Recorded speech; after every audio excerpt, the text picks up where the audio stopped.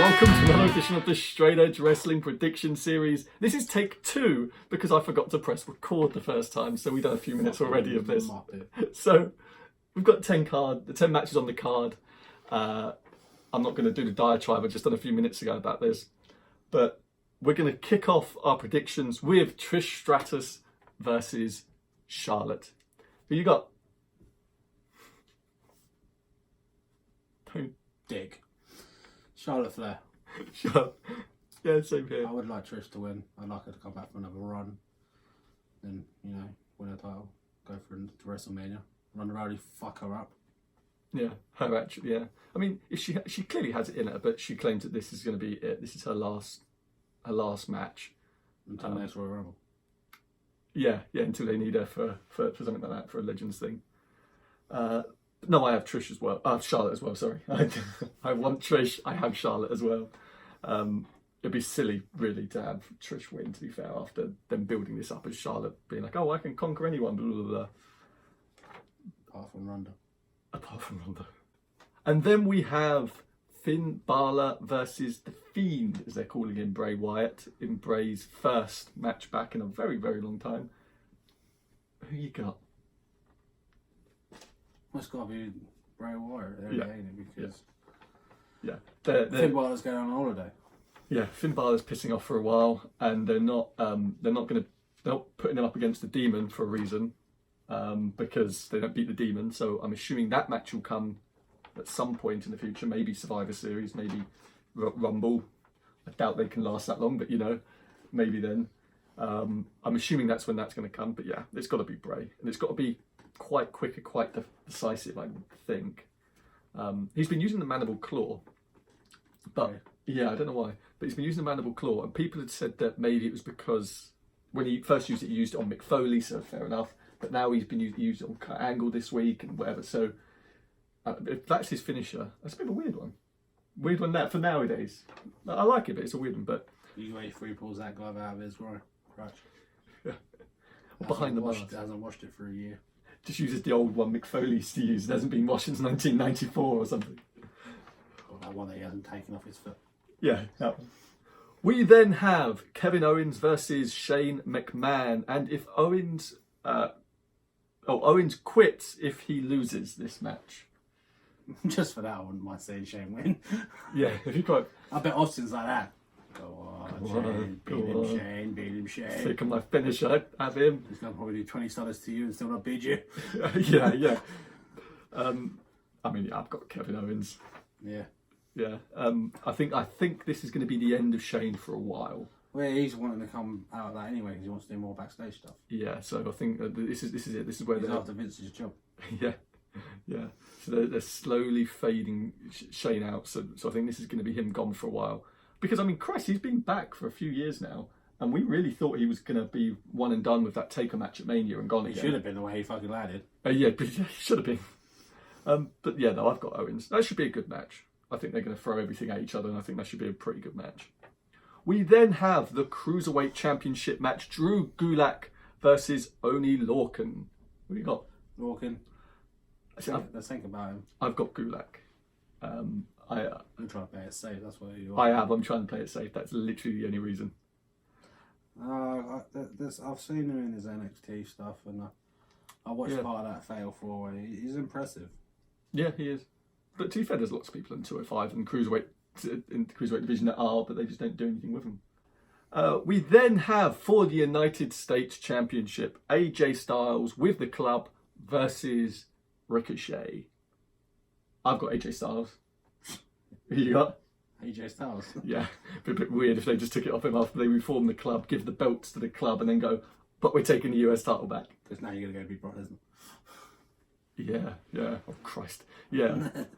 I hadn't thought of that. I hadn't thought about where AJ goes from here, where Ricochet goes from here. Anyway, but I've got AJ. That should be a brilliant match. If they give them the time, that could be an awesome match. That could be one of their matches of the year, if they give them the time. I doubt they will. We then have, for the Raw Women's Championship, Becky Lynch versus Natalya in a submission match. It's Becky, isn't it? They put Natalya in there for the fact that she's Canadian. Well, the same reason why Trish is here. Yeah, they've literally put her in there for because she's Canadian. That's literally it. And they're in Toronto. Could be a good match again, but yeah, I've got Becky, as she was saying. So, yeah, it's the same on that one. Yeah. We then have, for the WWE Championship, Randy Orton versus the champ, Kofi Kingston. It's been done, hasn't it? I just couldn't care less about this match.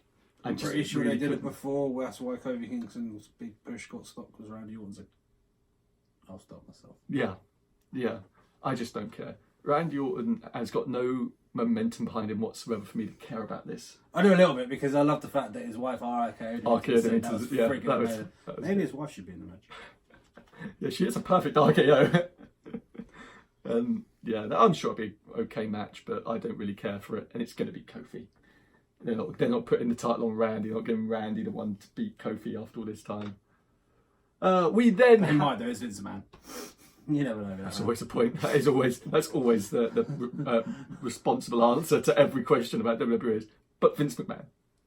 We then have, for the SmackDown Women's Championship, Bayley versus Ember Moon. I've got Bayley. Me too.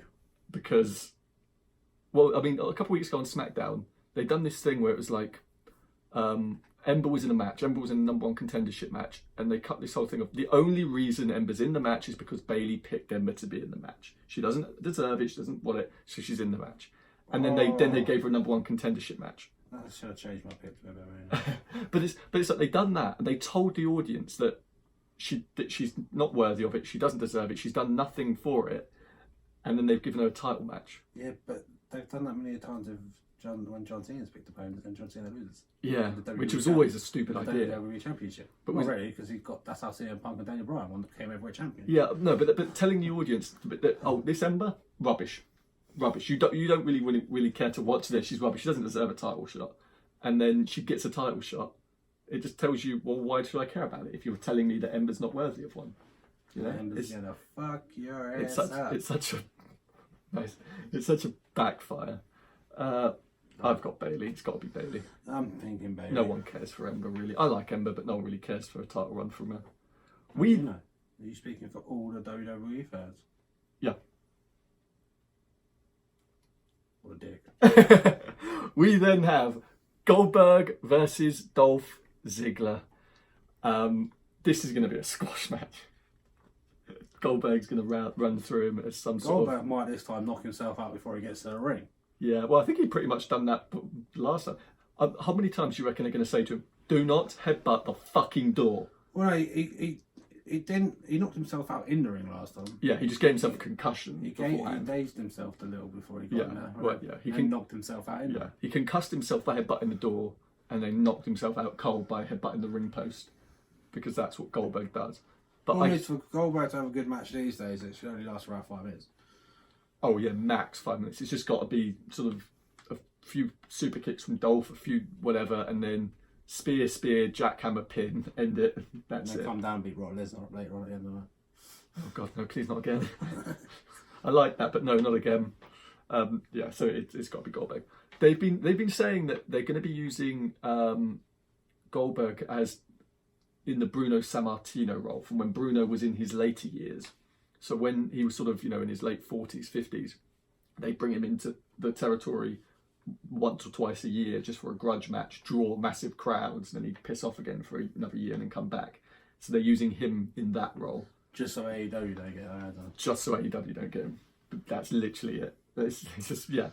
It's simple as that. There's no logic behind anything other than AEW cannot have these people. That's why Brock's getting paid so much, is because AEW won't be able to match it. It's just ridiculous. But anyway, yeah, Goldberg's back to sort of try and salvage some sort of humility from that disaster of a Saudi match. This match turns out to be really, really good. Does it mean it was Undertaker's fault? yeah. Well, that's the funny thing. Undertaker then went and had an amazing match, him and Roman versus Shane and Drew. So if now he comes back and has a great match against Dolph, everyone's going to go, what the fuck happened in that match in Saudi? Literally, what happened? No one cared. It's the Saudis. That's what happened. Yeah. No one cares. I would love for Goldberg to come out there and have a brilliant match. I really would. I don't see it, but I'd love that. That's where we find out he's calm now. He's done a ton of different... Yeah, he's doing like loads of freaking jiu-jitsu or something. Anyway, we then have our main event of the evening. It is going to be Brock Lesnar versus Seth Rollins for the Universal Championship. On a scale of 1 to 10, how excited for this match are you? Minus something. Yeah, that's about right. The match, I'm sure, will be an all-out war, be a battle, whatever. But we saw that at Mania. We were in the crowd and we saw that. If it turns out to be Mania, because he just gets kicked in the nuts several times, or the referee's looking the other way for some reason. They've been telling this story, which they told at Mania.